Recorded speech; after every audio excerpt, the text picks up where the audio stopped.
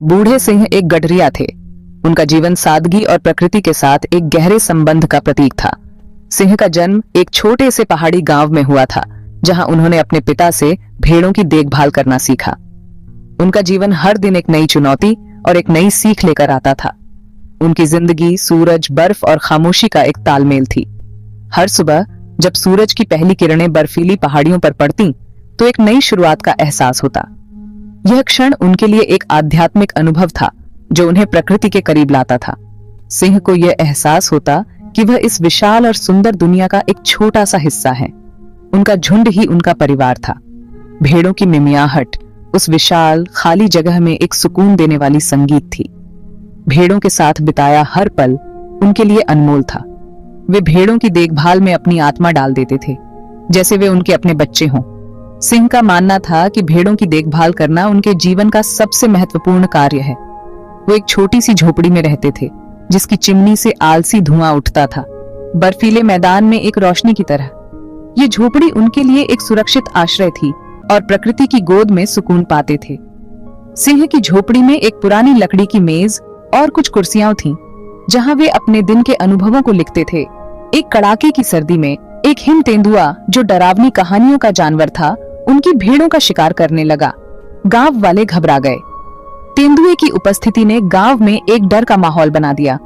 सिंह के लिए यह एक बड़ी चुनौती थी, क्योंकि उन्हें अपने झुंड की सुरक्षा करनी थी।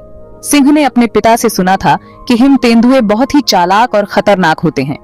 उन्होंने सिंह से झुंड छोड़ने को कहा, लेकिन उन्होंने मना कर दिया।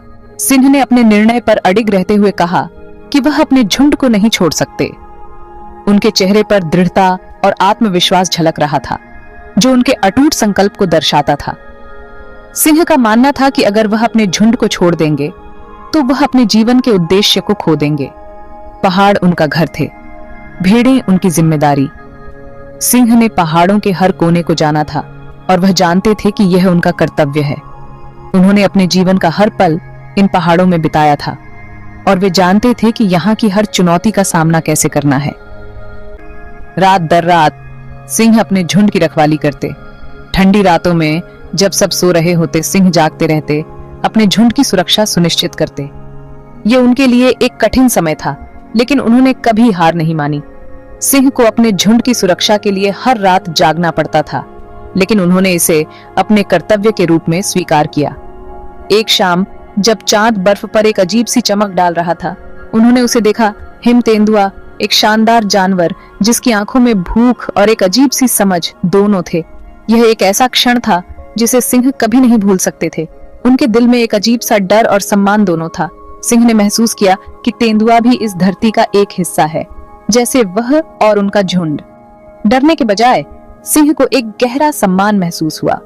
उन्होंने महसूस किया कि तेंदुआ भी इस धरती का एक हिस्सा है, जैसे वह और उनका झुंड।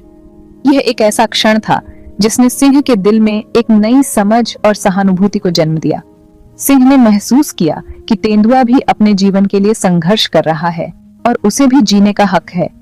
धीरे धीरे वो तेंदुए के लिए अतिरिक्त खाना छोड़ने लगे। यह एक अनकही समझ का प्रतीक था, एक ऐसा बंधन जो शब्दों से परे था। सिंह ने महसूस किया कि तेंदुआ भी भूखा है और उसे भी जीने का हक है। सिंह ने तेंदुए के लिए खाना छोड़ना शुरू किया, ताकि वह भेड़ों पर हमला न करे। दिन हफ्तों में बदल गए, मौसम बदलते रहे, लेकिन सिंह और तेंदुए के बीच की यह समझ बनी रही। यह एक ऐसा बंधन था जो समय के साथ और भी मजबूत होता गया। सिंह ने महसूस किया कि तेंदुए के साथ उनकी यह समझ एक नई शुरुआत थी। धीरे धीरे हमले बंद हो गए। तेंदुए ने अब भेड़ों पर हमला करना बंद कर दिया था। यह सिंह के लिए एक बड़ी राहत थी, क्योंकि अब वे अपने झुंड की सुरक्षा के बारे में चिंतित नहीं थे।